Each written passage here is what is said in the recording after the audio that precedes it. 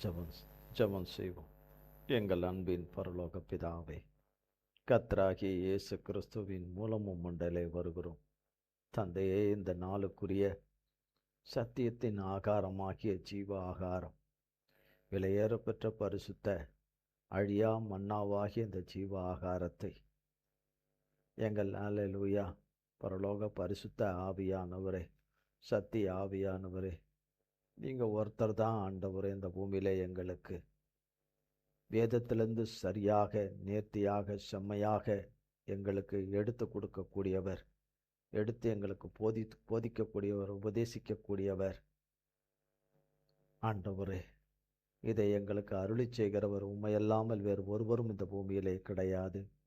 எங்கள் ஆண்டவராகிய இயேசு கிறிஸ்துவின் நாமத்தினாலே தந்தையாகிய ஆவியானவரே, உம்மை பாதமணிந்து அழைக்கிறோம். தகப்பனே, கிருபை கூர்ந்து வருவீராக. ஆண்டவரே, வேலையை பொறுப்படுத்திக் கொள்ளும், முன்னோட்டை பொறுப்படுத்திக் கொள்ளும். மாம்சமும் இரத்தமும் வேதத்தினர் கூடாததும் புறம்பானவைகள் ஒன்றும் ஒரு காலமும் என்னிலே ஒரு காலமும் காணக்கூடாதபடி தகப்பனாகிய இயேசு கிறிஸ்துவின் நாமத்தின் அக்கினினாலும் மன்னிப்பின் இரத்தத்தின் அக்கினினாலும் என்னிலே வேரோடு சுட்டரிக்கப்பட்டு போவதாக.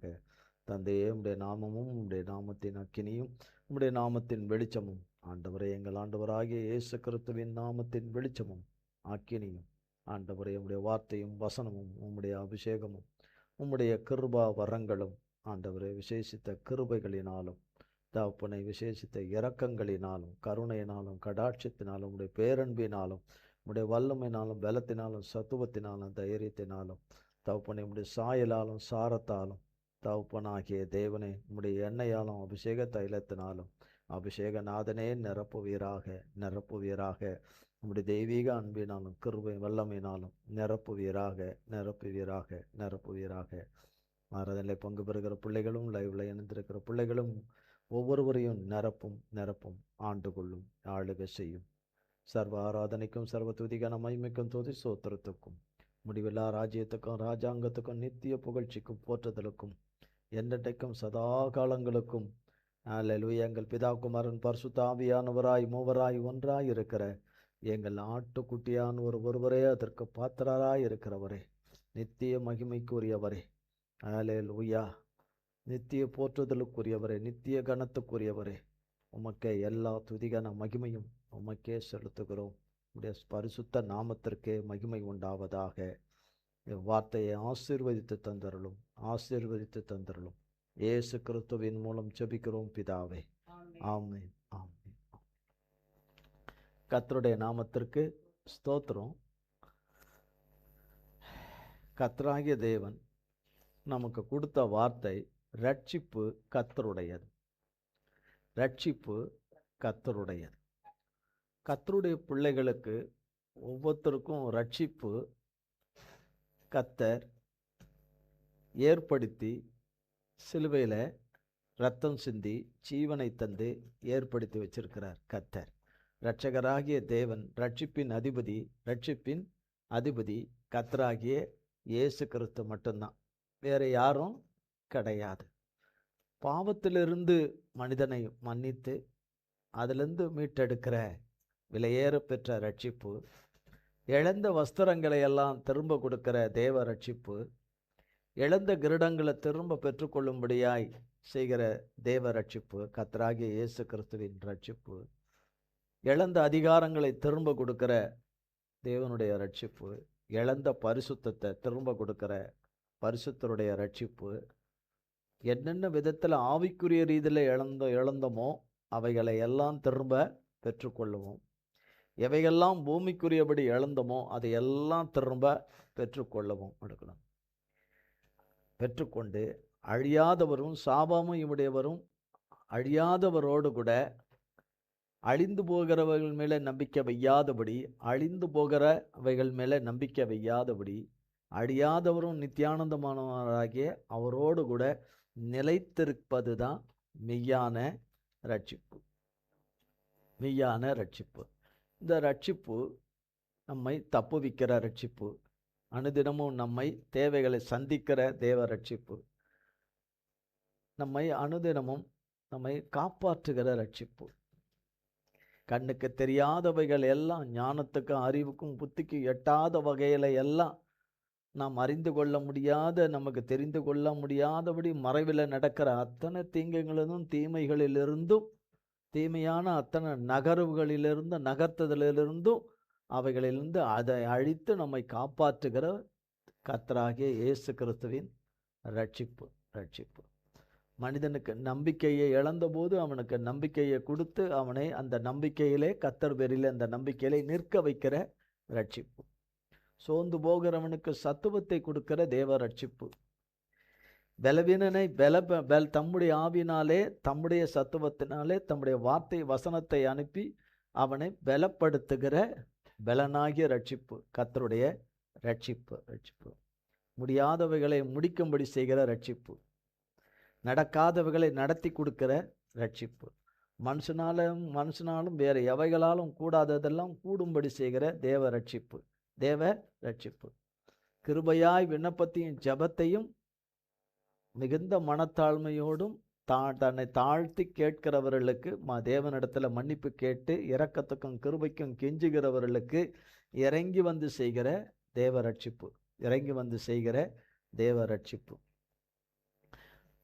ரட்சிப்பு கர்த்தருடையது, வேற யார்கிட்டையுமே கிடையாது.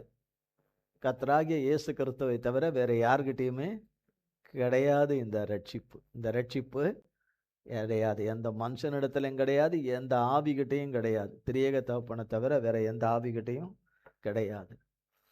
யோவேல் 2ஆம் அதிகாரம்.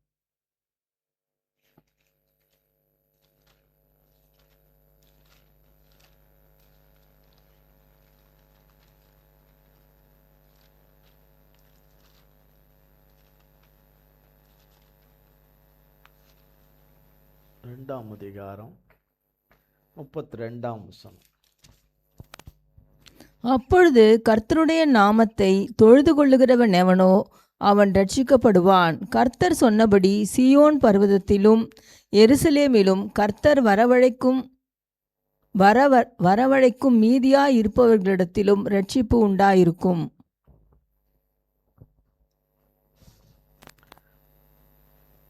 கர்த்தருடைய நாமத்தை தொழுது கொள்ளுகிறவனோ அல்லது தொழுது கொள்ளுகிறவளோ அவன் அல்லது அவள் ரட்சிக்கப்படுவான். கர்த்தர் சொன்னபடி சீயோன் பர்வதத்திலும் எருசலேமிலும் கர்த்தர் வரவழைக்கும் மீதியாய் இருப்பவர்களிடத்திலும் ரட்சிப்பு உண்டாயிருக்கும். யோனா 2ஆம் அதிகாரம். யோனா 2ஆம் அதிகாரம் 9ஆம் வசனம். யோனா 2ஆம் அதிகாரம்.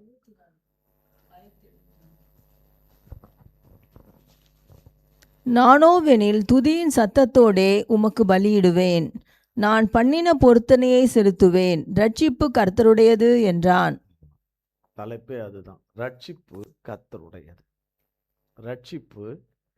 கர்த்தருடையது. மீகா 6ஆம்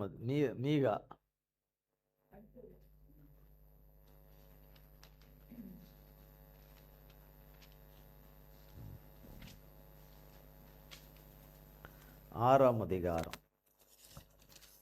7, 8, 9. ஆயிரங்களான ஆட்டுக்கடாக்களின் நிமித்தம். மீகா 7ஆம் அதிகாரம் 6, 7, 8. மகன் தகப்பனை கனவீனப்படுத்துகிறான், மகள் தன் தாய்க்கு விரோதமாகவும் மருமகள் தன் மாமிக்கு விரோதமாகவும் எழும்புகிறார்கள். மனுஷனுடைய சத்துருக்கள் அவன் வீட்டார்தானே. நானோவென்றால் கர்த்தரை நோக்கி கொண்டு என் ரட்சிப்பின் தேவனுக்கு காத்திருப்பேன். என் தேவன் என்னை கேட்டருளுவார். என் சத்ருவே, எனக்கு விரோதமாய் சந்தோஷப்படாதே. நான் விழுந்தாலும் எழுந்திருப்பேன். நான் இருளிலே உட்கார்ந்தால் கர்த்தர் எனக்கு வெளிச்சமாயிருப்பார். 9ஆம் வசனம். நான் கர்த்தருக்கு விரோதமாக பாவம் செய்தேன், அவர் எனக்காக வழக்காடி என் நியாயத்தை விசாரிக்கும் மட்டும் அவருடைய கோபத்தை சுமப்பேன். அவர் என்னை வெளிச்சத்திலே கொண்டு வருவார். அவருடைய நீதியை பார்ப்பேன். 7ஆம் வசனம், நானோ வென்றால் கர்த்தரை நோக்கிக் கொண்டு என் ரட்சிப்பின் தேவனுக்காக காத்திருப்பேன். நானோ வென்றால், நானோ வென்றால், நானோ வென்றால் என் ரட்சிப்பின் தேவனுக்கு காத்திருப்பேன். ரட்சிப்பு கர்த்தர்கிட்ட இருந்து, நானோ வென்றால் ரட்சிப்பின் தேவனுக்காக காத்திருப்பேன். நானோ வென்றால்னா மீகாவாகிய நானோ வென்றால் என் ரட்சிப்பின் தேவனுக்கு காத்திருப்பேன். சங்கீதங்களின் புஸ்தகம்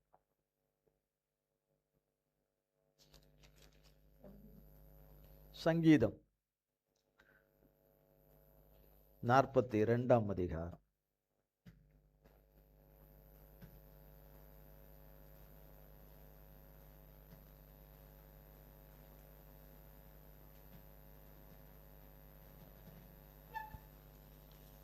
எடுத்தாச்சா? 11ஆம் வசனம், 42ஆம் அதிகாரம் 11ஆம் வசனம். என் ஆத்துமாவே, நீ ஏன் கலங்குகிறாய்? ஏன் எனக்குள் தியங்குகிறாய்? தேவனை நோக்கி காத்திரு. என் முகத்திற்கு ரட்சிப்பும் என் தேவனுமாயிருக்கிறவரை நான் இன்னும் துதிப்பேன். இங்க சங்கீதக்காரனாகிய தாவீது சொன்ன வார்த்தைக்கு பல நூறுனா நூற்றுக்கணக்கான 300 வருடமோ 400 வருடங்கள் இருக்குமோ கழித்து வந்தவர் தான் மீகா.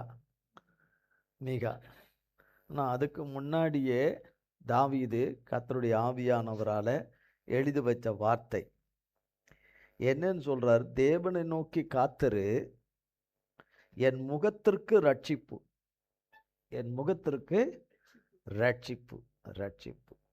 மற்றவங்க முகத்தை தேடி, மற்றவங்க முகத்திலிருந்து எனக்கு வெளிச்சம் கிடைக்கும், மற்றவங்க முகத்தை பார்த்தா எனக்கு ஆறுதல் கிடைக்கும், எனக்கு இது கிடைக்கும் அப்படின்னு அவர் சொல்லலை. என் முகத்திற்கு, ஏன்னா அவருடைய முகத்துக்கு, தாவீது முகத்திற்கு, என் முகத்திற்கு ரட்சிப்பு, என் முகத்திற்கு கர்த்தர் தான் எனக்கு ரட்சிப்பு. என் முகத்தை ரட்சிப்பில் அலங்கரிக்கிறவர் கர்த்தர் தான். காத்திரு, என் முகத்திற்கு ரட்சிப்பும் என் தேவனுமாய் இருக்கிறவரை நான் இன்னும் துதிப்பேன். துதிக்க முடியாதபடி இருக்குது. ஆனால் அவர் சொல்றாரு, துதிக்க முடியலன்னுலாம் சொல்லலை, நான் துதிப்பேன். அங்கே மீகா சொல்லுகிறார், கர்த்தருடைய ரட்சிப்புக்கு காத்திருப்பேன் என்று. சங்கீதம் 43ஆம் அதிகாரம் 5ஆம் வசனம். என் ஆத்துமாவே, நீ ஏன் கலங்குகிறாய்? ஏன் எனக்குள் தியங்குகிறாய்?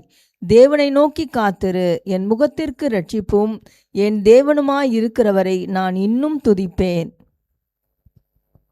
சங்கீதம் 44ஆம் சங்கீதம் 1, 2, 3, 4.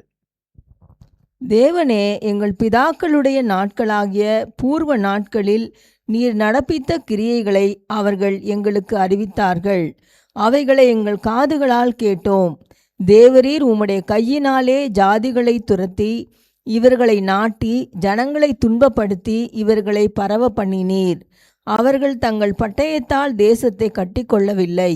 அவர்கள் புயமும் அவர்களை இரட்சிக்கவில்லை. நீர் அவர்கள் மேல் பிரியமாயிருந்தபடியால் உம்முடைய வலதுகரமும் உம்முடைய புயமும் உம்முடைய முகத்தின் பிரகாசமும் அவர்களை இரட்சித்தது. தேவனே, நீர் என் ராஜா, யாக்கோபுக்கு இரட்சிப்பை கட்டளையிடும். அப்படியே வாசித்திருங்க. 5ஆம் வசனம் 6ஆம். உம்மாலே எங்கள் சத்துருக்களை கீழே விழத்தாக்கி எங்களுக்கு விரோதமாய் எழும்புகிறவர்களை உம்முடைய நாமத்தினால் மிதிப்போம். என் வில்லை நான் நம்பேன், என் பட்டயம் என்னை இரட்சிப்பதில்லை. 7ஆம் வசனம்.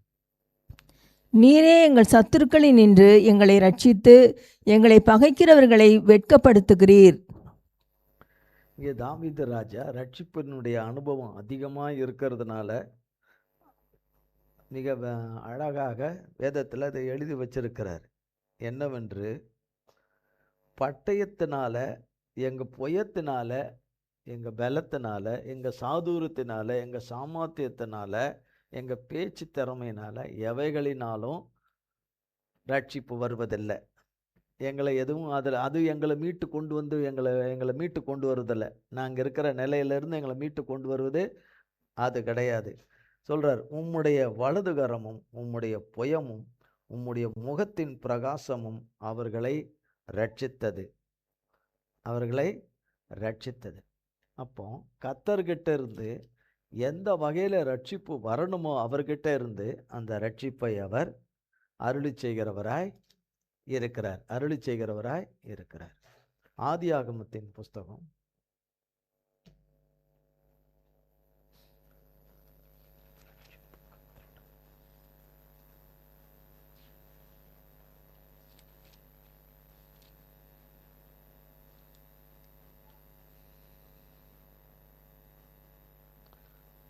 19ஆம் அதிகாரம் 1ஆம் வசனத்திலிருந்து.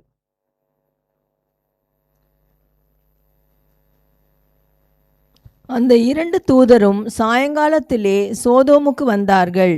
லோத்து சோதோமின் வாசலிலே உட்கார்ந்திருந்தான்.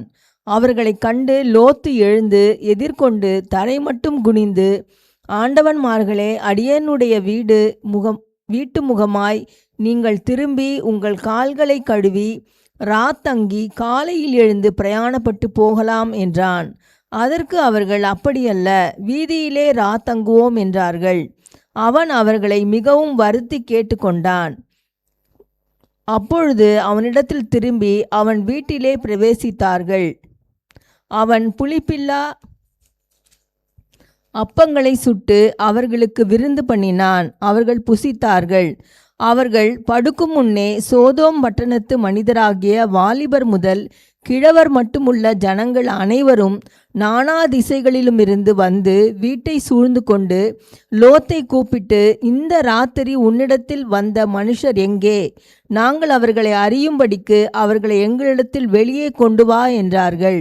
அப்பொழுது லோத்து வாசலுக்கு வெளியே வந்து தனக்கு பின்னாலே கதவை பூட்டி அவர்களிடத்தில் போய், சகோதரரே, இந்த அக்கிரமம் செய்ய வேண்டாம். இதோ புருஷரை அறியாத 2 குமாரத்திகள் எனக்கு உண்டு. அவர்களை உங்களிடத்திற்கு வெளியே கொண்டு வருகிறேன். அவர்களுக்கு உங்கள் இஷ்டப்படி செய்யுங்கள். இந்த புருஷர் என் கூரையின் நிழலிலே வந்தபடியால் இவர்களுக்கு மாத்திரம் ஒன்றும் செய்ய வேண்டாம் என்றான். அதற்கு அவர்கள், அப்பாலே போ, பரதேசியாய் வந்த இவனா நியாயம் பேசுகிறது? இப்பொழுது அவர்களுக்கு செய்வதை பார்க்கிலும் உனக்கு அதிக பொல்லாப்பு செய்வோம் என்று சொல்லி லோத்து என்பவனை மிகவும் நெருங்கி கதவை உடைக்க கிட்டினார்கள். அப்பொழுது அந்த புருஷர்கள் தங்கள் கைகளை வெளியே நீட்டி லோத்தை தங்கள் அண்டைக்கு வீட்டுக்குள் இழுத்து கொண்டு கதவை பூட்டி தெரு வாசலிலிருந்த சிறியோரும் பெரியோரும் ஆகிய மனிதருக்கு குருட்டாட்டம் பிடிக்க பண்ணினார்கள். அப்பொழுது அவர்கள் வாசலை தேடி தேடி அலுத்து போனார்கள். பின்பு அந்த புருஷர் லோத்தை நோக்கி, இவ்விடத்தில் இன்னும் உனக்கு யார் இருக்கிறார்கள்? மருமகனாவது உன் குமாரராவது உன் குமாரத்திகளாவது பட்டணத்தில் உனக்குரிய எவர்களாவது இருந்தால் அவர்களை இந்த ஸ்தலத்திலிருந்து வெளியே அழைத்து கொண்டு போ. நாங்கள் இந்த ஸ்தலத்தை அழிக்கப் போகிறோம். இவர்கள் கூக்குரல் கர்த்தருடைய சமூகத்தில் பெரிதாயிருக்கிறது. இதை அழிக்க கர்த்தர் எங்களை அனுப்பினார் என்றார்கள்.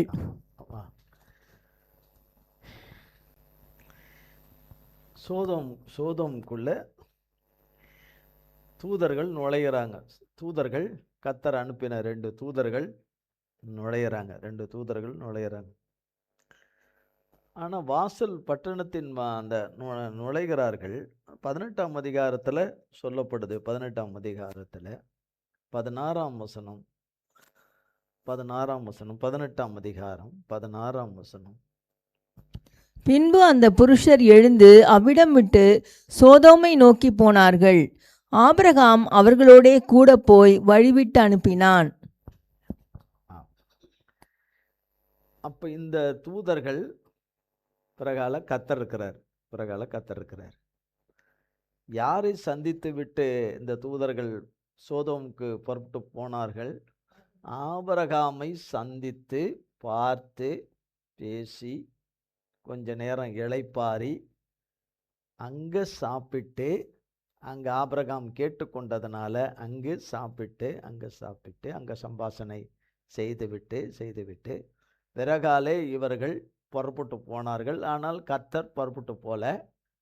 கர்த்தர் ஆபிரகாமோட தான் இருந்தார். ஆபிரகாம் கர்த்தரோட கூட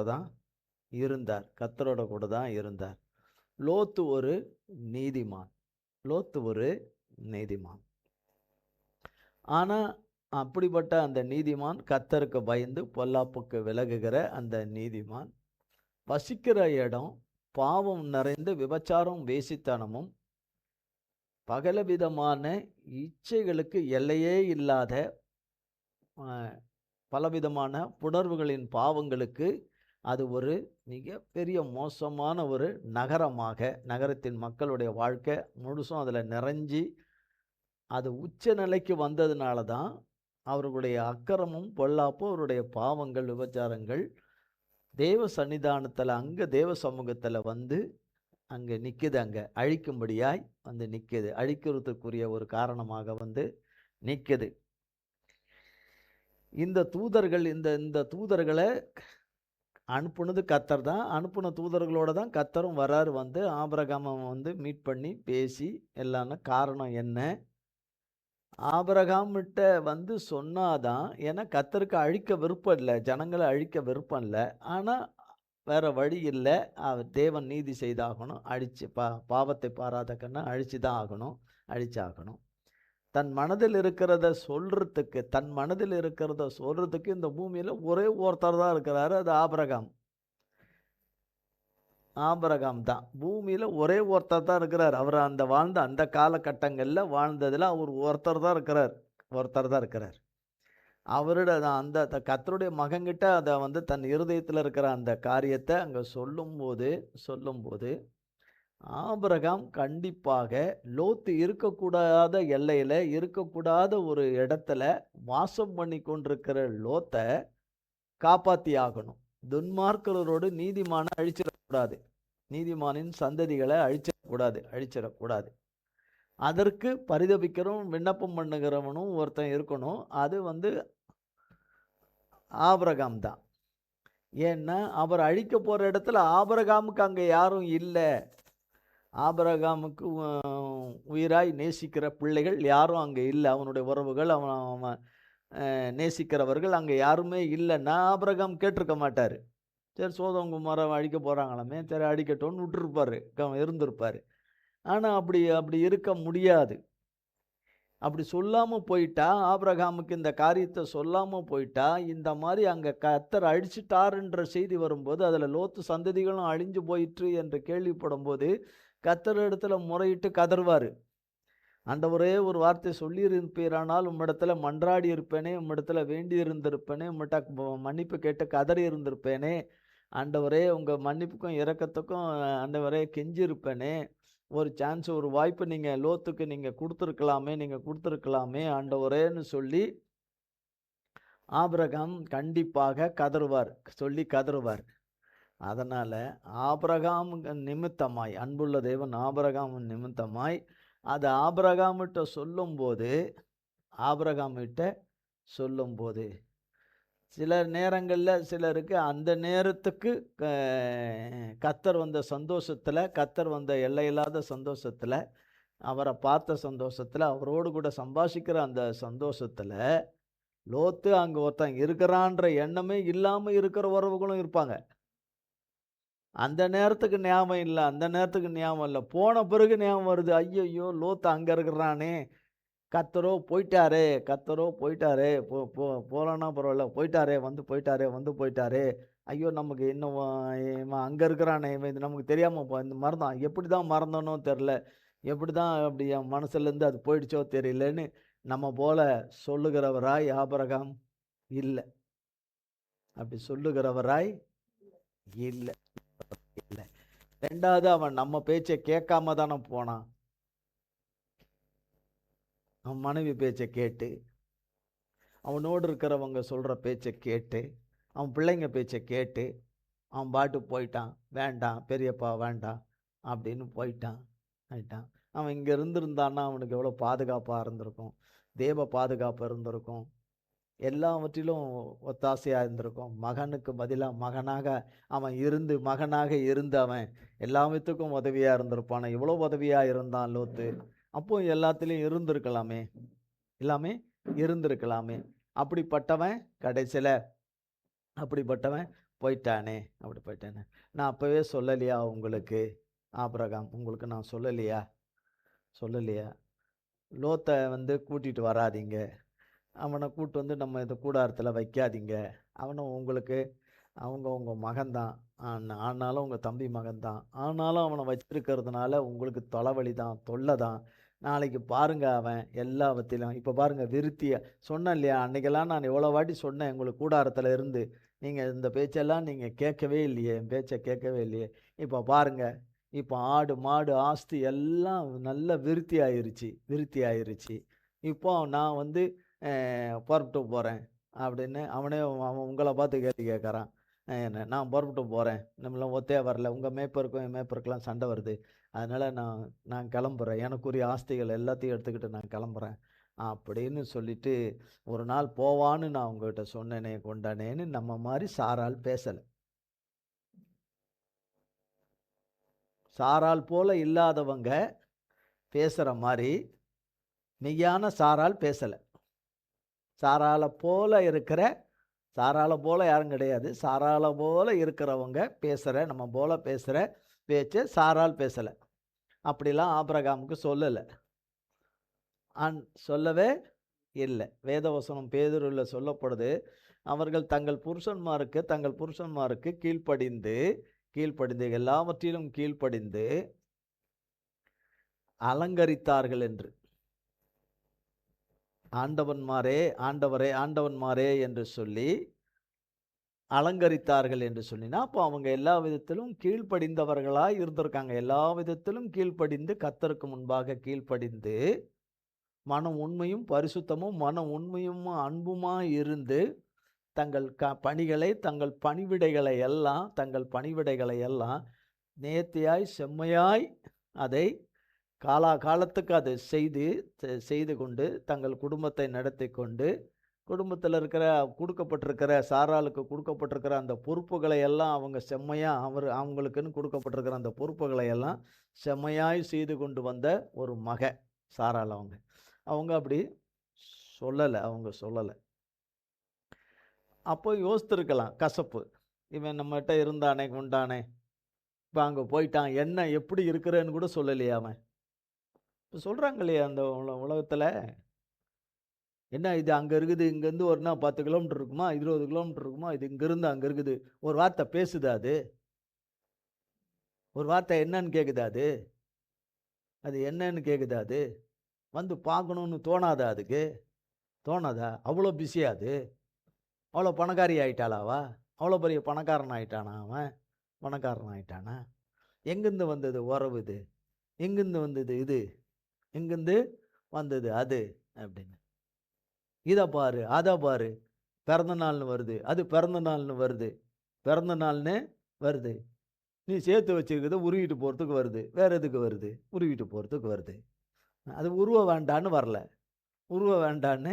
வரல. உருவுறது உனக்கு என்னவா இருக்கு, சந்தோஷமாக தெரியுது. ஆனால் உருவாதது அப்படி இல்லை. அப்போ கேட்குறாங்க இல்லையா, வரலையா, என்ன கேட்கலையா கொள்ளையா அப்படின்னும் போது சாரால் ஏற்றி விட்டுருக்கலாம், ஆபிரகாமுக்கு ஸ்குரு ஏற்றி விட்டுருக்கலாம். இப்போ இருக்கிறவங்க ஏற்றுறாங்க இல்லையா, சாரால இல்லாதவங்க. நான் சொன்னேன் இல்லையா, அவன் போயிட்டான் பார்த்தீங்களா, நீங்கள் விட்டு வந்தீங்கன்னா பாட்டு அங்கே கடந்துருப்பான், அவங்க தாத்தா வீட்டில் கடந்துருப்பான், அங்கே கடந்திருப்பான், ஆரானில் கடந்திருப்பாங்க, அங்கே இருந்திருப்பான், அதை விட்டுவிட்டு நீங்கள் அப்படின்னு.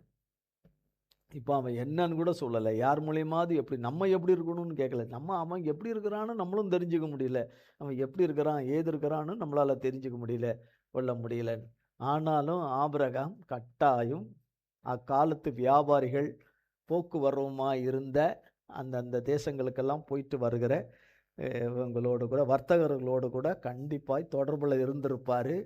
லோத்து எப்படி இருக்கிறான், எங்கே இருக்கிறான், எந்த பகுதியில் இருக்கிறான், என்ன இருக்கிறான் என்றதெல்லாம் கட்டாயம் விசாரிச்சிருப்பார். கட்டாயம் விசாரிச்சிருப்பார். அவன் எப்படி இருக்கிறான், என்ன இருக்கிறான், நல்லா இருக்கிறானா அப்படின்னு. அப்போ அந்த ஆபிரகாம் உள்ளத்தில் இருக்கிற அந்த அன்பு தேவனுடைய அன்பு, தேவனுடைய அன்பு, தேவனுடைய அன்பு, ஏசப்பாவுடைய அன்பு ஆபிரகாமுக்குள்ள ஊற்றப்பட்டிருக்கிறதுனால, சாராளுக்குள்ள ஊற்றப்பட்டிருக்கிறதுனால, அவன் நலனை விரும்பி அவன் சமாதானமும் சந்தோஷமான வாழ்வும் அவனுடைய பாதுகாப்பான வாழ்வும் அவனுக்கு ஒரு நிலையான ஒரு வாழ்வு அவனுக்கு இருக்கணும், என்னாலும் அவனுக்கு இருக்கணும், அவன் நல்லா இருக்கணுன்ற ஒரு மனதார அந்த ஒரு இறுதியும் விருப்பமும் மட்டுமல்ல, அது தேவனிடத்திலையும் லோத்தை காத்துக்கொள்ளுங்கன்னு, லோத்தையும் லோத்தின் பிள்ளைகளையும் மனைவி பிள்ளைகளை காத்துக்குங்க ஆண்டவரே, தேசம் மோசமான தேசம், பாவமான தேசம், பொல்லாப்பான தேசம், அவனும் அதுக்கு கீழ்ப்படிஞ்சு வர அந்த ஒரு விஷயத்துல மட்டும் அவன் அதில் வரமாட்டேங்கிறான். நீங்க தான் காத்துக்கணும்னு கட்டாயம் கர்த்தர்கிட்ட ஜெபம் பண்ணிட்டே இருந்திருப்பார் அநேக வருஷமா. இதுல இருந்து நம்ம என்ன தெரிஞ்சுக்கணும்னு நம்ம பார்த்துக்கணும். லோத்தை தெரிஞ்சுன்னு போறது இல்லை, லோத்திலும் இந்த இதன் மூலமா தேவன் நமக்கு சொல்ல வருது என்னன்னு தெரிஞ்சுக்கணும். அப்படி இருக்கும்போது ஆனா ஆபிரகாமும் லோத்தும் எத்தனையோ கிலோமீட்டருக்கு அப்பால இருக்கிறாங்க. ஆனா இருதயம் முதல்ல தேவனோடு இருக்குது. ஆபிரகாம் இருதயம், அந்த தேவனோடு இருக்கிற அந்த இருதயம் தான் லோத்தினுடைய வாழ்க்கைக்காக, அவனுடைய நல்ல வாழ்வுக்காக, அவனை பாதுகாக்கிறதுக்காக இருக்கிற அந்த வேண்டுதல் தேவனிடத்துல போது. ஆபிரகாம் இருதயத்தை காண்கிற தேவன் அந்த ஆபிரகாம் இருதயத்துல கர்த்தர் தான் முதலிடத்துல இருக்கிறாரு. கர்த்தர் தான் முதலிடத்துல இருக்கிறாரு. அதுக்கு பிறகுதான் அவருடைய மனைவி, அவருடைய மகன் எல்லாமே இருக்கு. அதுல இந்த லோத்து இருக்கிற அந்த இருதயத்துக்குள்ள, அவருடைய அன்பின் இருதயத்துக்குள்ள, ஆபிரகாமுடைய அன்பின் இருதயத்துக்குள்ள, அந்த நேசமான அந்த இருதயத்துக்குள்ள லோத்து குடும்பம் இருக்குது. ஆனா ஆபிரகாமுடைய தேவனுடைய மனதின்படி விருப்பத்தின்படி அவங்க நடந்துக்காதவங்க, சில விஷயத்துல நடந்து கொள்ளாதவங்க. பணம் சம்பாதிக்கணும், நல்ல செல்வ செழிப்பா விருத்தியா நல்ல இதுவா இருக்கணும், லோத்துடைய பெரியப்பாவை காட்டிலும் ஒரு படி மேல இருக்கணும் அப்படின்னு லோத்துடைய மனைவிக்கு எண்ணமா இருக்கலாம் சொல்லிட்டு. ஆனா அது கொஞ்சம் அவங்களுக்கு கிட்டத்தட்ட நடந்த மாதிரி இருந்திருக்கலாம். நடந்தவன ஆபிரகாமுக்கு ஈடா யாரும் கிடையாது ஆசீர்வாதத்துல என்ன. ஆனால் அது கர்த்தருடைய ஆசீர்வாதம். ஆனாலும் அப்படிப்பட்ட சில மனப்போங்குகள், நான் சுதந்திரமா இருக்கணும், அது என்ன உங்க பெரியம்மா காலுக்கு கீழே தான் நாங்க இருக்கணுமா? அவங்க கால் மேலே கால் போட்டு நீ என் காலுக்கு கீழே அடியில் உட்காந்து நிறுது, நான் சேர் போட்டு உயரத்தில் உட்காந்துருக்கேன், நீ கீழே அடியில் உட்காந்து நிறு, படுத்து நிறு அப்படிலாம் சாரால் சொல்கிறவங்களும் கிடையாது. வேதத்தின்படி சாரால் அப்படி கிடையவே கிடையாது. ஆனால் அவங்களுடைய எண்ணம், அவளுக்கு கீழே நான் இருக்கணுமா, நான் செய்யணுமா, அவங்க சொல்கிறத கேட்டு தான் நான் செய்யணுமா கொள்ளணுமா, நான் என்னைக்கு தான் ராணி ஆகுறது, நீ என்னைக்கு தான் ராஜா ஆகுறது, நீ எப்பவும் உங்கள் பெரிய பக்கம் பூஜா தூக்கிட்டு தான் இருக்கணுமா, அது இதுன்னு என்னென்னமோ நடந்திருக்கும். அம்மா சொல்கிறத கேளுங்களாம்ப்பா, ரெண்டு பொம்பளை பசங்க சொல்லியிருக்கலாம், அம்மா சொல்கிறத கேளுங்களேன், அம்மா சொன்னீங்கன்னா சூப்பராகிடுவீங்க நீங்கள் சொல்லியிருக்கலாம். பல காரணங்கள் இருந்திருக்கும். ஆனாலும் கூட எதையும் மனதில் வைக்காத ஒரு இருதயம் ஆபிரகாமுக்குள்ள கர்த்தருடைய இருதயமாக இருந்ததுனால அவனுடைய இருதயம் கண்டிப்பாக அழும். அவன் இருதயம் கண்டிப்பாக கதறும், அழும். சோதம் குமாராவை கர்த்தர் அழிக்க தூதர்களை அனுப்பியிருக்கிறார் என்று அவன் முன்னாடி தான் போகிறாங்க, தூதர்கள் புறப்பட்டு போகிறாங்க. அது கர்த்தரிடத்துல அவர் மன்றாடுறார், ஆண்டவரே இத்தனை நீதிமான்கள் இருந்தால் அழிச்சிருவியா, கோவப்படாதீங்கன்னு இப்படி குறைச்சி வராரு. அது எதுக்குன்னு அவருக்கு நல்லா தெரியும். அதெல்லாம் கேட்ட பிறகுதான், இதெல்லாம் 18ஆம் அதிகாரத்தில் நடக்குது. இதெல்லாம் கேட்ட பிறகுதான் சோதம் குமாரக்குள்ள நுழையிறாங்க. எப்படி லோத்துக்கு தூதர்களை தெரியும்? மனுஷரை போல அவங்க ஒருவேளை வந்தாலும் கூட மனுஷரை போல தான் வந்திருப்பாங்க, அந்த இடத்துக்கு வந்திருப்பாங்க. ஆனால் வந்தாலும் கூட அவங்க தூதர்னு எப்படி இனம் கண்டு கொள்ள முடியும்? அப்போ லோத்து தேவனோடு கூட சஞ்சரிக்கிறதுனால தான், தேவனோடு கூட அந்த நல்ல பரிசுத்த உறவில் லோத்து இருக்கிறதுனால தான் லோத்தால இனம் கண்டு கொள்ள முடிஞ்சது. அவர்கள் வந்திருக்கிறவர்கள் தூதர்கள் என்று சொல்லி, தூதர்களுக்கும் இவன் தான் லோத்துன்னு தெரியும். அதனால தான் லோத்து சொன்னோம்னா சரி ரைட், வருந்தி கேட்டுக்கொண்டான்னு சொல்லி அவன் கேட்பான்னு தெரியும் அவங்களுக்கு, வருந்தி கேட்பான் என்று. அவங்க வீட்டுக்கு வந்த பிறகு 3ஆம் வசனத்தில், ஆமாம் 19ஆம் அதிகாரம், ஆதியாகமம் 19ஆம் அதிகாரம் 3ஆம் வசனத்தில், அவன் வீட்டிலே பிரவேசித்தார்கள், அவன் புளிப்பில்லா அப்பங்களை சுட்டு. அப்போ வேதத்தின்படியே என்னென்ன கட்டளை கொடுக்கப்பட்டிருக்குதோ தன் பெரிய தகப்பனாகிய ஆபிரகாம் மூலமா கர்த்தரை பற்றி அறிந்து கொண்ட காரியங்கள், தெரிந்து கொண்ட காரியங்கள், அதனுடையபடி எப்படிலாம் பரிசுத்தருடைய இதில் நடக்கணும் என்று தெரிஞ்சதுனால தான் புளிப்பில்லா அப்பத்தை சுட்டு, அப்போ அவன் வாழ்க்கையும் புளிப்புள்ள புளிப்பு இருந்தாலே பாவமான வாழ்க்கை. புளிப்பில்லாத அப்பம் என்று சொல்லும்போது அப்போ பரிசுத்தமான ஒரு வாழ்க்கையை தான் அவன் வாழும்படி இருந்திருக்கிறான். அந்த வாழ்க்கையில தான் லோத் இருந்திருக்காரு. தன் பிள்ளைகளையும் மனைவி பிள்ளைகளை அந்த வழியில தான் நடத்தியிருக்காரு. அந்த வழியில தான் நடத்தியிருக்காரு.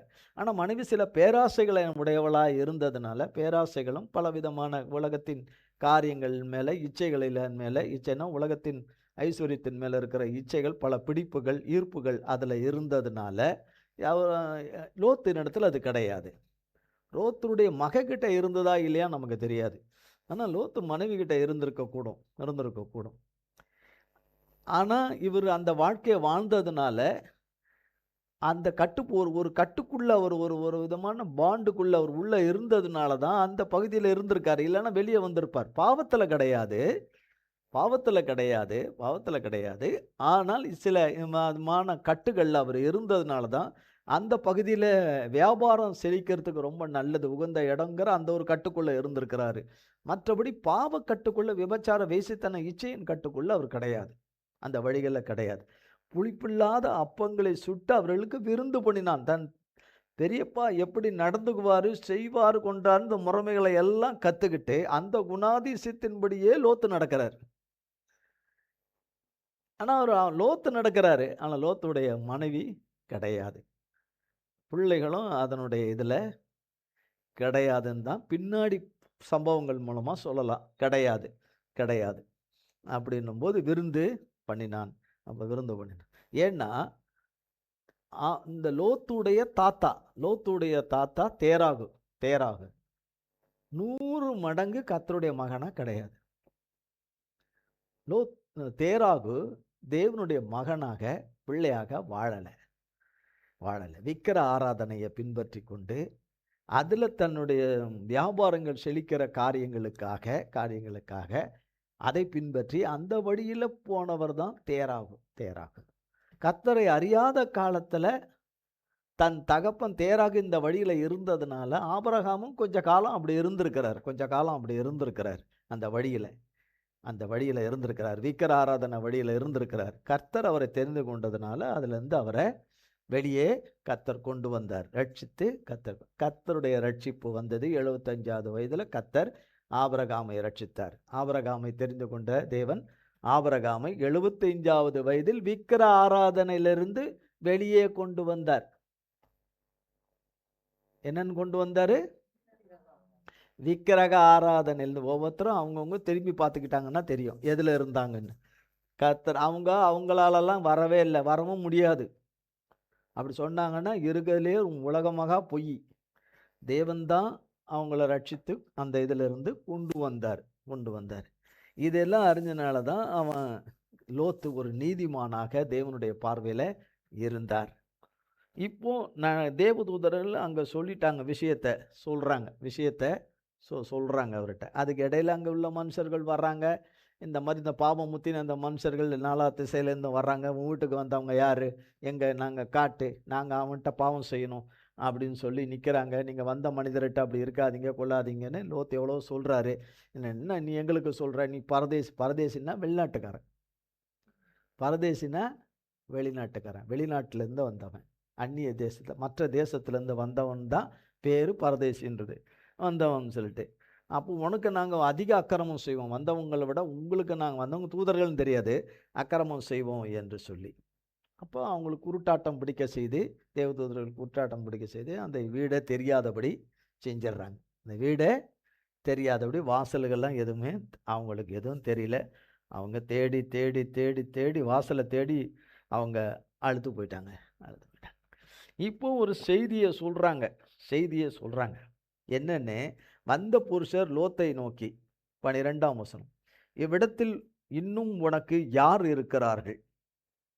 இன்னும் உனக்கு யார் இருக்கிறார்கள்? இந்த இடத்துல உனக்குன்னு யார் இருக்காங்க? உனக்குன்னு வேண்டியவங்களாம் யார் இருக்காங்கன்னு கேட்குறாங்க. முதல் கேள்வி கேட்குறாங்க, யார் இருக்கிறார்கள்? அடுத்தது, மருமகனாவது குமாரனாவது மருமகனாவது உன் குமாரராவது உன் குமாரத்திகளாவது, அடுத்தது பட்டணத்தில் உனக்குரிய எவர்களாவது இருந்தால், ஒரு லிஸ்ட் போடுறாங்க. ஒரு லிஸ்ட் போடுறாங்க. இன்னும் இவ்விடத்தில் இன்னும் உனக்கு யார் இருக்கிறார்கள்? ஒரு கேள்வி கேட்குறாங்க. யார் இருக்கிறார்கள்? மருமகனா முதல்ல கேட்குறாங்க. மருமகனாவது உன் குமாரராவது உன் குமாரத்திகளாவது பட்டணத்தில் உனக்குரிய எவர்களாவது இருந்தால் அவர்களை இந்த ஸ்தலத்திலிருந்து வெளியே அழைத்து கொண்டு போ அப்படின்றாங்க. வந்த தேவதூதர்களுக்கு இவருக்கு 2 பொம்பளை பிள்ளை தான் இருக்கு இன்னும் தெரியுமா தெரியாதா? 2 பொம்பளை பிள்ளை தான் இருக்கு. இன்னும் திருமணம் ஆகலை. இன்னும் இந்த பிள்ளைகளுக்கு திருமணம் ஆனாதான் என்னது? லோத்துக்கு மருமகனுங்க. 2 பிள்ளைங்களுக்கு கல்யாணம் ஆயிடுச்சுன்னா 2 மருமகன். ஆனால் கல்யாணம் ஆகலை. ஆனால் ஒழுங்கு பண்ணப்பட்டிருக்குது. கல்யாணம் அது தன் பெரிய தகப்பனுடைய முன்னணியில் அது நடக்கலை. லோத்துடைய பெரிய தகப்பன்னா ஆபிரகாமுடைய நாலேஜுக்கு தெரிஞ்சு அவர் செய்திருக்கிற காரியம் இது கிடையாது. ஏனென்று சொன்னால் ஆபிரகாம் அப்படி ஒரு எடுக்க விட மாட்டார். கர்த்தருடைய வழிகளுக்கு அல்லாத இடத்துல பெண்ணை எடுக்க மாட்டார். ஏன்னா வேதத்தில் சொல்லப்பட்டிருக்கிறது, அந்நிய புத்திரர்கள் விக்கிர ஆராதனை இருக்கிறவர்களுக்கு பெண்ணை எடுக்கவோ கூடாது.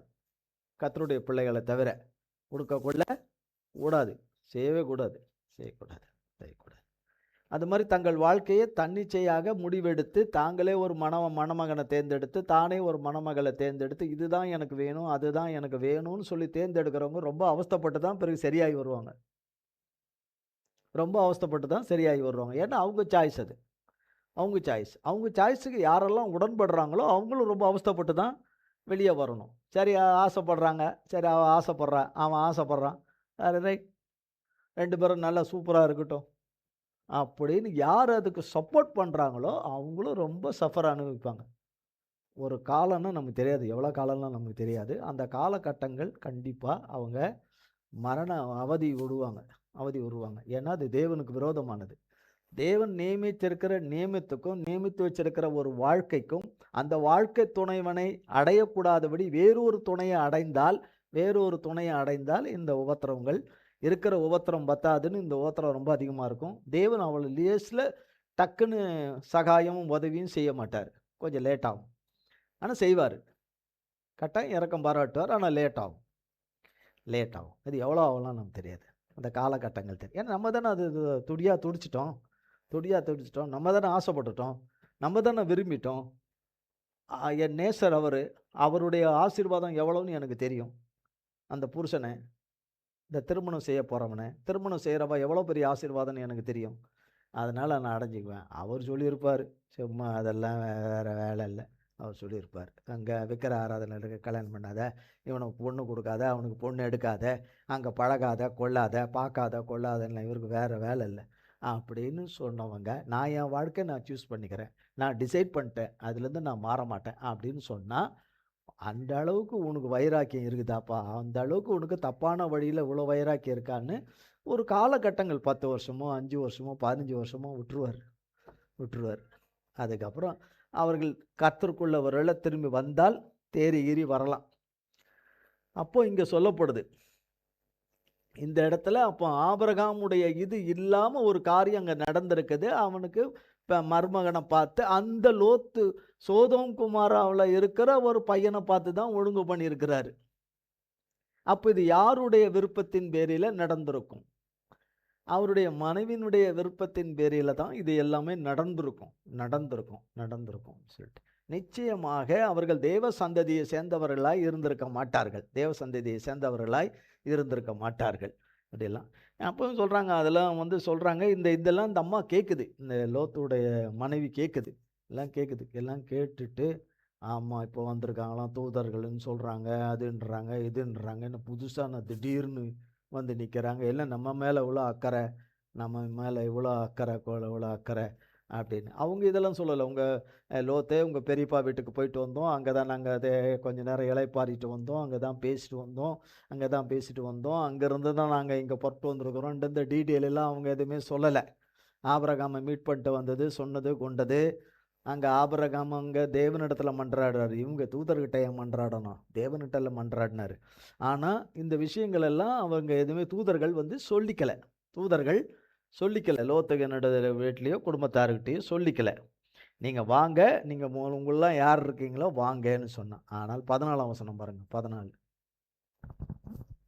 அப்பொழுது லோத்து புறப்பட்டு தன் குமாரத்திகளை விவாகம் பண்ண போகிற தன் மருமக்கள் மாரோடே பேசி, நீங்கள் எழுந்து இந்த ஸ்தலத்தை விட்டு புறப்படுங்கள், கர்த்தர் இந்த பட்டணத்தை அழிக்கப் போகிறார் என்றான். அவனுடைய மருமகள் மாரின் பார்வைக்கு அவன் பரியாசம் பண்ணுகிறதாக கண்டது. ஆமாம், இவங்க பரியாசம் பண்ணுறாங்க. அதெல்லாம் ஒன்றும் கிடையாது, இவங்கள மட்டும் காப்பாற்றுறாங்களாம், அதில் நம்ம கொஞ்சம் கூட வந்துட்டா நம்மளையும் காப்பாற்றிடுவாங்களாம், மற்றவங்களாம் அழிஞ்சிருவாங்களாம்னு பரியாசம் பண்ணுகிறார்கள் என்று சொன்னால், இந்த பரியாசக்காரர்கள் யாருன்னா துன்மார்க்கர்கள் தான் பரியாசக்காரர்கள். இப்போ கொஞ்ச நேரத்துக்கு முன்னாடி கூட கர்த்தர் சொன்னார், சிலர் கர்த்தர் விக்கிரக வடியில் இருந்து அதில் விக்கிரகத்துல எல்லாம் பிடிப்பில் இருந்தால் கர்த்தருக்கு ரொம்ப கோபம். எப்படி விபச்சாரம் கர்த்தருக்கு ரொம்ப பெரிய கோபத்தை, விபச்சாரம் வேசித்தோம் கர்த்தருக்கு பெரிய கோபத்தை கொண்டு வருமோ, அது மாதிரி விக்கிர ஆராதனை கர்த்தருக்கு பெரிய கோபத்தை கொண்டு வரும். என்ன கோபங்களிலே அதிக கோபங்கள் இந்த ஏரியாவில் அதிகமாக வரும், தேவனுக்கு அதிகமாக வரும். அப்படி இருக்கும்போது சில நேரங்களில் கேள்வி கேட்பாங்க இல்லையா, நாங்கள் இவ்வளோ நாளாக ஜோம் பண்ணிகிட்ருக்கோம், இவ்வளோ நாளாக கேட்டுட்ருக்கிறேன், இவ்வளோ நாளாக மன்றாடிட்டுருக்கிறேன், ஆண்டவரே நீங்கள் இன்னும் இவனுக்கு செய்யலையே, நீங்கள் அவளுக்கு செய்யலையே, நீங்கள் இவனுக்கு செய்யலையே, அவளுக்கு கொஞ்சம் இது பண்ணலையே, அவங்க பாவம் அது இது பாவம் அது பாவம் இது பாவம்னு எல்லாம் கேட்பார் கர்த்தர். கேட்காம இருக்க மாட்டார், கேட்பார். ஆனால் நம்ம கோணிக்கிட்டது இருக்குது இல்லையா, அதை நிமித்துறதுக்கு நாளாகும். கோணிக்கிட்டோம்ல, சொந்தமாக கோணிக்கிட்டோம்ல, நம்ம கோணிக்கிட்டோம்ல, கோணிதுன்னு தெரியும்ல, கோணிக்கிட்டதுன்னு. கர்த்தர் நேராக தான் கொண்டு வர சொன்னார். நான் ஒரு லைஃப்பை தேர்ந்தெடுக்கிறேன் இல்லையா, நான் ஒரு வழியை தேர்ந்தெடுக்கிறேன் இல்லையா, நான் ஒரு பாதையை தேர்ந்தெடுக்கிறேன் இல்லையா, நான் ஒரு சுய முடிவை ஒன்று தேர்ந்தெடுக்கிறேன் இல்லையா, நான் என் மனதில் ஒரு தீர்மானத்தை கொண்டு வந்துட்டேன் இல்லையா, கொண்டு வந்து அந்த தீர்மானத்தை நிறைவேற்றிடுறேன் இல்லையா, அந்த தீர்மானத்தை ஏகபோகமாக நான் நிறைவேற்றிடுறேன். சரி, உன் தீர்மானத்தை நிறைவேற்றிட்டல, ஆனாலும் நீ மனுஷன், ஆனாலும் நீ மண்ணுன்னு அவர் நினைவு கூறுகிறார் என்று 103ஆம் சங்கீதம் சொல்லப்படுகிறது. நம்மை மண்ணென்று அவர் நினைவு கூறுகிறார் என்று. என்னைக்கு நீ மண்ணுன்னு கர்த்தர் நினைவு கூறுறார், நம்ம மண்ணுன்னு, நம்ம களிமண்ணு, நம்ம கர்த்தருக்கு முன்னாக தூசியும் சாம்பலும், நம்ம வாழ்க்கை எப்படி இருக்குன்னு நமக்கே தெரியாது, வாழ்க்கையை வச்சிருக்கிற கர்த்தர்கிட்ட தான் தெரியும்ன்றது நன்றாய் இது பண்ணுற வரைக்கும், அந்த காலகட்டங்கள் வரைக்கும் கர்த்தர் அந்த ஒரு இதுக்கு கொண்டு போய் அதையெல்லாம் கரெக்ட் பண்ண பிறகால அவங்க அவ்வளோகா வேண்டிக்கிட்டது கொண்டதெல்லாம் கிருபை கூர்ந்து எல்லாத்தையும் நிறைவேற்றி கொடுத்துருவார். அதுக்கிடையில் எதுக்கு தான் ஏன் ஆண்டவரே, எதுக்கு தான் இப்போ நம்ம சொல்கிறோம் இல்லையா, எனக்கு இது வரைக்கும் இது முடிச்சு கொடுத்துட்டா போதும், எனக்கு அது முடிச்சு கொடுத்துட்டா போதும், எனக்கு இது முடிச்சு கொடுத்துட்டா போதும் ஆண்டவரே, எனக்கு ஒரு தொல்லையும் வேண்டாம், இதை முடிச்சு கொடுத்துருங்க, அது முடிச்சு கொடுத்துருங்க, எல்லாம் கேட்டுக்கிட்டாரு. கேட்காம இல்லை தேவன், புறம்பே தள்ளலை, கேட்டுக்கிட்டாரு. ஆனால் இந்த இதெல்லாம் பனிஷ்மெண்ட்டுகள் கொஞ்சம் காலம் வரும். அந்த பனிஷ்மெண்ட்டுகள்லாம் முடிஞ்ச பிறகு தான் கர்த்தர் கிருபையாய் தம்முடைய ஆசீர்வாதத்தை அருளி செய்வார். அப்பொழுது அதை பெற்றுக்கொள்ளலாம். மற்றபடி வேதத்தில் ரொம்ப தெளிவாக எழுதி வச்சிருக்கிறார் கர்த்தர், இதை குறித்து எழுதி வச்சிருக்கிறார். அதுக்கு நம்ம சொல்கிறோம் ஒரு ஆதங்கத்துக்கு, சிலருக்கு சில வருஷங்கள், சிலருக்கு எத்தனை வருஷங்களோ நமக்கு தெரியாது. ஆனால் கர்த்தர்கிட்ட மன்றாடும் போது இந்த தண்டனை காலம் முடிஞ்ச பிறகு தான் அந்த கிருபையின் காலத்தை அடைய முடியும், சுதந்திரித்து கொள்ள முடியும். அப்போ லோத்தினுடைய மனைவி எந்த பேக்ரவுண்டை சேர்ந்தவங்க, எந்த ஒரு ஒரு விதமான தெய்வீகமான தேவனுடைய நம்பிக்கையின் பேரிலே வழிபடுகிற மகளாக இருந்திருப்பாங்களோ இல்லையோன்றது ஒரு பெரிய சந்தேகமாக இருக்குது அந்த அம்மாவை குறித்து. அப்போ இங்கே சொல்லப்படுகிறது 15ஆம் வசனம் வாசித்துருங்க சீக்கிரம், 15, 16. கிழக்கு வெளுக்கும்போது அந்த தூதர் லோத்தை நோக்கி, பட்டணத்திற்கு வரும் தண்டனையில் நீ அழியாதபடிக்கு எழுந்து உன் மனைவியையும் இங்கே இருக்கிற உன் 2 குமாரத்திகளையும் அழைத்து கொண்டு போ என்று சொல்லி அவனை துரிதப்படுத்தினார்கள். அவன் தாமதித்து கொண்டிருக்கும்போது பாருங்க, அவன் தாமதித்து கொண்டிருக்கும் போது அப்படின்னும் போது இந்த அம்மா தான் அதுக்கு மெயினாக இருந்துக்கிட்டு, இந்த பிள்ளைகளும் இருந்திருக்குமோ என்னன்னு தெரியல, இந்த 3 பேருமா இருந்திருப்பாங்களோ என்னன்னு தெரியல, இருந்துக்கிட்டு அதெல்லாம் இல்லை நீங்கள் சும்மா எதை சொல்கிறத நம்புறீங்க, யாரோ வந்து இங்கே சொல்கிறாங்க கொள்கிறாங்க, அது எப்படி எல்லாரும் அழிஞ்சிருவாங்களா, நம்ம மட்டும் காப்பாற்றப்படுவோமா, இல்லைன்னா நீங்கள் மட்டும் போயிட்டீங்கன்னா கூட நாங்கள்லாம் இங்கே இருந்துட்டோம்னா நாங்களும் அதை அழிஞ்சிருவோம் கொள்கிறோன்னு. பாருங்க, அவங்க ஞானம் உள்ளவங்க, அவங்க வரமாட்டேன்றாங்க, அவங்களுக்கு தெரியுது, அவங்களுக்கு சம்மந்திமாருக்கு தெரியுது, நம்ம வரப்போகிற மர்மவனுக்கு தெரியுது வரப்போன்னு. இந்த காலகட்டமாக இருந்தால் உடனே மெசேஜுக்கு வாட்ஸ்அப் எல்லாம் உடனே வீடியோ கால் அது இதெல்லாம் உடனே எல்லாம் அனுப்பி, நீங்கள் போகாதீங்க, நீங்கள் அங்கே எல்லாம் போகாதீங்க, இங்கேயே இருங்க, சோதம் குமாரால இருங்க, இது வரைக்கும் அழியாததா, இனிமேல் இந்த அழிய போகுது இந்த நகரம், இந்த மக்கள் அழிய போகிறாங்க, அதெல்லாம் ஒன்றும் கிடையாது, நீங்கள் இருங்க. ஆனால் லோத்து தேவ கட்டளைக்கு அப்படியே கீழ்ப்படுகிறவராக இருக்க போய் தான் அவர் போயிருக்காருங்க. அப்போ அவர் அவ்வளோ அசிங்கப்பட்டு அவமானப்பட்டு வராரு. அவங்கள கூப்பிட்டு சம்மந்திமார்களை கூப்பிட்டு, இவன் மனைவி கூட வரல, அதில் அந்த இடத்துல வரல, அந்த சம்மந்திமார்கள் அவங்கள மருமகனை கூப்பிட்டு வர்ற விஷயத்தில் வரல. அப்படின்னும் போது இவங்கெல்லாம் ஒரு செட்டாக இருந்தாலும் கூட லோத்து தேவனுக்கு பயப்படுகிற மனிதனாக இருந்ததுனால மனைவியும் மகளும் காப்பாற்றப்படுறாங்க. இதுக்கு அடுத்த மேல் ஸ்டெப்பில் இருக்கிறது ஆபிரகாம். அவர் தேவனிடத்துல மன்றாடி கேட்டு கொண்டதுனால தான் இந்த இறக்கமும், தேவன் வைத்த இறக்கம், இல்லைன்னா அது கூட கிடையாது. வெறும் லோத்தை வரைக்கும் காப்பாற்றிட்டு மித்தியெல்லாம் கதை முடிஞ்சிட்டு இருக்கோம். ஆனால் அப்படிலாம் செய்யலை தேவனுடைய கிருபையும் இறக்கமும். பாருங்க, வாசித்துருங்க 16 முழுசும். அவன் தாமதித்து கொண்டிருக்கும்போது கர்த்தர் அவன் மேல் வைத்த இரக்கத்தினாலே அந்த புருஷர் அவன் கையையும் அவன் மனைவியின் கையையும் அவன் 2 குமாரத்திகளின் கையையும் பிடித்து அவனை பட்டணத்திற்கு வெளியே கொண்டு போய் விட்டார்கள். அவன் தாமதித்து கொண்டிருக்கும் போது, அவன் யாருக்காக தாமதிக்கிறான்? ஐயோ, மனைவி விட்டுட்டு போயிட்டா செத்துருவாளே, இந்த 2 பொம்பளை பிள்ளைகளும் இந்த கர்த்தர் சொன்னபடி நடத்துகிறோமே, செத்து விடுவாளுங்களே, எல்லாம் போயிடுவாளுங்களே அப்படின்னு பண்ணுற. அப்போ வம்பு பண்ணிக்கிட்டு இருக்கிற மனைவியும் பிள்ளைகளும் வம்பு பண்ணிக்கிட்டு இருப்பாங்க. அவன் அதனால தான் வசனம் சொல்லுகிறது, கர்த்தர் அவன் மேலே வைத்த இரக்கத்தினால. யார் மேலே? லோத்து மேலே வைத்த இரக்கத்தினால. லோத்தினுடைய குடும்பத்தின் மேலே வைத்த இரக்கத்தினால கிடையாது, லோத்தினுடைய பிள்ளைங்க மேலே வச்ச இரக்கத்தினால இல்லை, மனைவி மேலெல்லாம் இல்லை, அவன் மேலே வச்சிருந்த இரக்கத்தினால. ஏன்னா ஒருவன் தான் அங்கே இருக்கிறான், தேவனுக்கு பயப்படுகிறவன், பொல்லாப்புக்கு விலகிறவன், தேவனுடைய கட்டளைகளும் கற்பனையின்படி செய்கிறவன், புளிப்பில்லா அப்பத்தை சுட்டு சாப்பிட்றவன், புளிப்பில்லாத அப்பத்தை புளிப்புள்ளதை அவன் வாழ்க்கையில் எடுத்துக்கொள்ளாதவன். புளிப்புன்றது பாவத்துக்குரியது என்ன, அதில் இல்லாதவன். அதனால தான் இழுத்து கொண்டு போய் விட்டுட்டாங்க. இழுத்துனா தரன்னு இல்லை, அங்கே இருந்தவங்க திடீர்னு இன்னொரு இடத்துல கொண்டு போய், அந்த இடத்துல அடுத்த செகண்டே இன்னொரு இடத்துல இருக்கிற அந்த இது. அடுத்தது வாசிருங்க 17, 18, 19. அவர்களை வெளியே கொண்டு போய் விட்ட பின்பு அவர், உன் ஜீவன் தப்ப ஓடிப்போ, பின்னிட்டு பாராதே, இந்த சமபூமியில் எங்கும் நில்லாதே, நீ அழியாதபடிக்கு மலைக்கு ஓடிப்போ என்றார். அதற்கு லோத்து, அப்படியல்ல ஆண்டவரே, உமது கண்களில் உமது அடியேனுக்கு கிருபை கிடைத்ததே, என் பிராணனை காக்க தேவரீர் எனக்கு செய்த கிருபையை பெரிதாக விளங்க பண்ணினீர். மலைக்கு ஓடிப்போக என்னால் முடியாது, தீங்கு என்னை தொடரும், நான் மரித்து போவேன். அதோ அந்த ஊர் இருக்கிறதே, நான் அதற்கு ஓடிப்போகத்தக்கதாய் அது கிட்ட இருக்கிறது, சின்னதுமாய் இருக்கிறது, என் பிராணன் பிழைக்க நான் அங்கே ஓடிப்போகட்டும், அது சின்ன ஊர்தானே என்றான். அதற்கு அவர், நீ கேட்டுக்கொண்ட ஊரை நான் கவிழ்த்து போடாதபடிக்கு இந்த விஷயத்திலும் உனக்கு அனுகிரகம் பண்ணினேன். தீவிரமாய் அங்கே ஓடி தப்பித்துக்கொள், நீ அங்கே போய் சேரு மட்டும் நான் ஒன்றும் செய்யக்கூடாது என்றார். ஆகையால் அந்த ஊர் சோபார் எனப்பட்டது. கூட்டிட்டாரு, திருப்பியும் கேட்குறாரு அவர், நான் இவ்வளோ தூரம் ஓடணும், லாங்காக போகணுன்னா ஆண்டவரே, போகணுன்னா போருமில்ல, நான் மூச்சு இறச்சி நான் செத்து விடுவேன் ஆண்டவரே அப்படின்னு இன்னும் தூதர்கிட்ட சொல்றாரு, நான் செத்து போயிடுவேன். ஆனா உங்க கண்கள்ல எனக்கு பெரிய கிருபை கிடைச்சது. பிராணனை காக்க தேவரீர் எனக்கு செய்த கிருபை ரொம்ப பெருசா இருக்கு. இவர் பாட்டு ஓடியாந்துட்டாரு, அங்க அழிஞ்சது அழிஞ்சிச்சு, நான் எல்லாம் அழியவே அழியாதுன்னு அவர் மனைவி யோசனை பண்ணிக்கிட்டே வருது.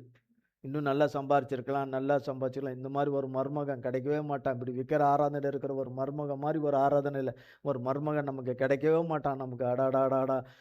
இந்த மனுஷன் இதுக்கப்புறம் வந்துட்டு நம்ம எங்கேருந்து போறது? அவங்கெல்லாம் எல்லாத்தையும் கெடுத்து குட்டிச்சோறாக்கிட்டான். அந்த ஆளு எல்லாத்தையும் குட்டிச்சோறாக்கிட்டான். கடவுள் மேல வச்ச நம்பிக்கை, கர்த்தர் மேல வச்ச நம்பிக்கை, அவங்க பெரியப்பா பண்ண வேலை, கர்த்தரை குறித்து சொன்ன காரியம், வந்த காரியம், அது போன காரியம், வந்த காரியம், புலம்பி கிளம்பி கிளம்பி என்னென்னவோ பண்ணிக்கிட்டே இருந்திருக்கும் அந்த அம்மா. ஆனா, ஒரு காரியம் நடக்குது 20ஆம் வசனத்துல. அதோ அந்த ஊர் இருக்கிறதே, நான் அதற்கு ஓடிப்போகத்தக்கதாய், அது கிட்ட இருக்கிறது, சின்னதுமாய் இருக்கிறது. என் பிராணனை பிழைக்க நான் அங்கே ஓடிப்போகட்டும். அது சின்ன ஊர்தானே என்றான். அழிக்கிற லிஸ்ட்ல அந்த ஊர் இருந்திருக்கு. அங்கு வசனம் அப்படி சொல்லுகிறது. அதற்கு அவர், நீ கேட்டுக்கொண்ட ஊரை நான் கவிழ்த்து போடாதபடின்னா அந்த ஊரையும் கவிழ்த்து போட வேண்டியிருக்கு. அப்போ கர்த்தர் முதலாவது ஆபிரகாமுக்காகவும் பிறகு லோத்துக்காகவும் அந்த ஊரையும் கவிழ்த்து போடாது. அப்படின்னா அந்த ஊர்ல இருக்கிறவங்களும் சாவாதபடி பொழைச்சிருக்கானுங்க கொஞ்சம் பேர். ஒரு ஆபிரகாமுடைய விண்ணப்பமும் வேண்டுதலும் தேவனிடத்துல கேட்டதுல இத்தனை பேர் பொழைச்சிட்டு இருக்கிறாங்க. லோத்து குடும்பமும் பொழைச்சிருச்சு, சம்பந்தமே இல்லாத ஒரு ஊர்ல இருக்கிற ஜனமும் பொழைச்சிருச்சு. ஜனமும் ஒரு வாய்ப்பு கொஞ்ச காலம் கொடுத்துருப்பார். அதுக்கப்புறம் அந்த ஊர் அழிஞ்சிருக்குமோ என்னவோ தெரியாது. வாய்ப்பு கொடுத்துருக்கார். நான் கவிழ்த்து போடாதபடிக்கு இந்த விஷயத்திலும் உனக்கு அனுக்கிரகம் பண்ணினேன். இந்த விஷயத்திலும் உனக்கு அனுக்கிரகம் பண்ணினேன். தேவன் வைத்திருந்த பிளான் வேற. இவங்களை வெளியில கொண்டு வந்து அவங்க எங்க வரணுமோ அங்க வந்திருக்கணும், கொண்டு இருக்கணும்னு. பட் ஆனால் இவர் சின்ன ஊர் தானே அந்த இடத்துல செய்ய போய் அது வேறு விதமாக தாறுமாறா போய் பல வழிகளில் பல சீர்குலைவுகள் உண்டாகி பிறகால அது கர்த்தருடைய கிருபையினால பரிசுத்தமாக்கப்பட்டு மன்னிக்கப்பட்டு பரிசுத்தமாக்கிட்டு ஜேவ ஜனமாக ஒரு காலகட்டத்தில் அது ஒரு 10 தலைமுறைகளுக்கு பிறகு அது மாறிற்று. கர்த்தரால மாறிட்டு. ரட்சிப்பு கர்த்தருடையது. ரட்சிப்பு கர்த்தருடையது. அவ்வளோ பெரிய பாண்டேஜுக்குள்ள இருந்தார் லோத்து குடும்பமும். அந்த இதிலிருந்து அந்த அழிவின் இதிலிருந்து கர்த்தர் மீட்டெடுக்கிறாரு. ஆனால் கர்த்தர் மீட்டெடுக்கிறது பிரியம் இல்லை, நம்பிக்கை இல்லை. முதலாவது. ரெண்டாவது பிரியம் இல்லை. அதுலேருந்து பிரிஞ்சு வரத்துக்கு விருப்பம் இல்லை. ஆனால் அழிந்து விடுவார்களே என்று சொல்லி இரக்கமுள்ள தேவன் அழுந்து தூக்கிட்டு வரார். ஆனாலும் பின்னாக லோத்தின் மனைவி அந்த ரட்சிப்பை காத்து கொள்ளலை. கொஞ்சம் சில மணி நேரங்களிலே அந்த ரட்சிப்பை இழந்து விட்டாள். திரும்பி பார்க்காதே என்று சொல்லும்போது பார்த்து உப்பு தூணாய் போய் அந்த தன் வாழ்க்கையை இழந்து போனார்கள். லோத்தோ நீதிமானாய் இருந்து கடைசி பரியந்தமும் கர்த்தருடைய ரட்சிப்பை காத்து கொண்டார். ரட்சிப்பு கர்த்தருடையது. ரட்சிப்பு கர்த்தர் ஒரு சில வார்த்தைகள், சில வசனங்கள், சில சம்பவங்கள், சில காரியங்கள் அவற்றோடு கர்த்தர் பேசும்போது அதை நம்ம நிதானித்து பார்த்துக்கணும். நிதானித்து நமக்கு என்ன கர்த்தர் அதில் சொல்ல வர்றாரு. ஒரு நேரத்தில் ஒரு வயசில் ஒரு வயது கோளாறில் சிலது பண்ணிடுறோம். வயது கோளாறில் சில தப்பை செய்திடுறாங்க. வாழ்க்கை என்கிறது ஒரு 50 வருடத்துக்கு குறைஞ்சது போகக்கூடியது. குறைந்தபட்சம் திருமணத்திலிருந்து ஒரு 50லேருந்து 60 வருடங்கள் 70 வருடங்கள் போகக்கூடியது. குடும்பனாலும் அதுக்கு மேலே கூட போகக்கூடியது. ஆனால் அது தேவன் நியமித்ததாக இருந்திருந்தால் நலமாயிருக்கும்.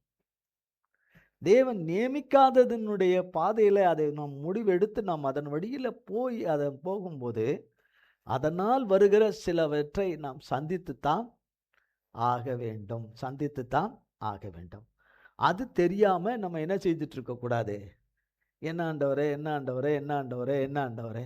அதனால் கர்த்தர்கிட்ட கிருபையும் இரக்கத்துக்காக மன்னிப்புக்காக கெஞ்சிக்கிட்டே இருக்கும்போது கர்த்தர் மிகுந்த இரக்கமுள்ளவராக இருந்து காலங்களை குறைத்து கர்த்தர் கிருபையாய் இறங்கி தம்முடைய பிள்ளைகளுக்கு நன்மை செய்வாராக. கர்த்தர் நன்மை செய்வாராக. ரட்சிப்பு கர்த்தருடையது. கர்த்தருடைய நாமத்துக்கு ஸ்தோத்திரம். கர்த்தர் இந்த வார்த்தைகளை ஆசீர்வதிப்பாராக. ஜெபம் செய்வோம். எங்கள் அன்பின் பரலோக பிதாவே, கர்த்தராகிய இயேசு கிறிஸ்துவின் மூலம் உம்மண்டையிலே வருகிறோம். தந்தையாகிய தேவனே, கிருபை கூர்ந்து இந்நாளிலும் வேளிலும் உம்முடைய மிகுந்த கிருபையின் தயவாலே ஆண்டவரே, காலை ஆராதனை உம்முடைய பிள்ளைகள் யாவருக்கும் நீர் ஆசீர்வதித்து கொடுத்த மேலான கிருபைகளுக்காக ஸ்தோத்திரம். இந்த ஆசீர்வாதமான வேளையிலே பங்கு பெற்ற ஆராதனையில் பங்கு பெற்ற உம்முடைய பிள்ளைகளை கண்மணி போல காத்து ஆண்டவரே, கருவழி போல காத்து, கண்ணிமை போல காத்து ஆண்டவரே, உம்முடைய செட்டையின் மறைவிலே காத்து, உம்முடைய உன்னதன் பாதுகாப்பின் நிழலிலே வைத்து காத்து, உம்முடைய தெய்வீக சித்தத்தின் நோக்கத்தை நிறைவேற்றி உம்முடைய பிள்ளைகள் ஆண்டவரே உம்முடைய நிழலிலே என்றென்றைக்கும் வாழ்ந்திருக்க சுகித்திருக்க கர்த்தர் கிருபை செய்யும். உம்முடைய கல்வாரி ரத்தத்துக்குள்ளே எங்கள் அத்தனை பேரையும் ஒப்பு கொடுக்கிறோம். இயேசு கிறிஸ்துவின் மூலம் ஜெபிக்கிறோம் பிதாவே. ஆமேன், ஆமேன், ஆமேன். என் ஆத்துமாவே கர்த்தரை ஸ்தோத்திரி, என் முழு உள்ளமேர் பரிசுத்த நாமத்தை ஸ்தோத்திரி. என் ஆத்துமாவே கர்த்தரை ஸ்தோத்திரி, கர்த்தர் செய்த சகல உபகாரங்களை மறவாதே. ஆமேன், ஆமேன். கர்த்தராகிய இயேசு கிறிஸ்துவின் கிருபையும் பிதாவாகிய தேவனுடைய அன்பும் பரிசுத்த ஆவியானவருடைய அந்யோன்ய ஐக்கியமும் பராமரிப்பும் பாதுகாவலும் என்றென்றைக்கும் நம்முடையோடு கூட சதா காலங்களுக்கும் நிலைத்திருப்பதாக. ஆமேன், ஆமேன். இயேசுவின் ரத்தம் ஜெயம். இயேசுவின் பரிசுத்த நாமத்திற்கே ஸ்தோத்திரம். God bless you.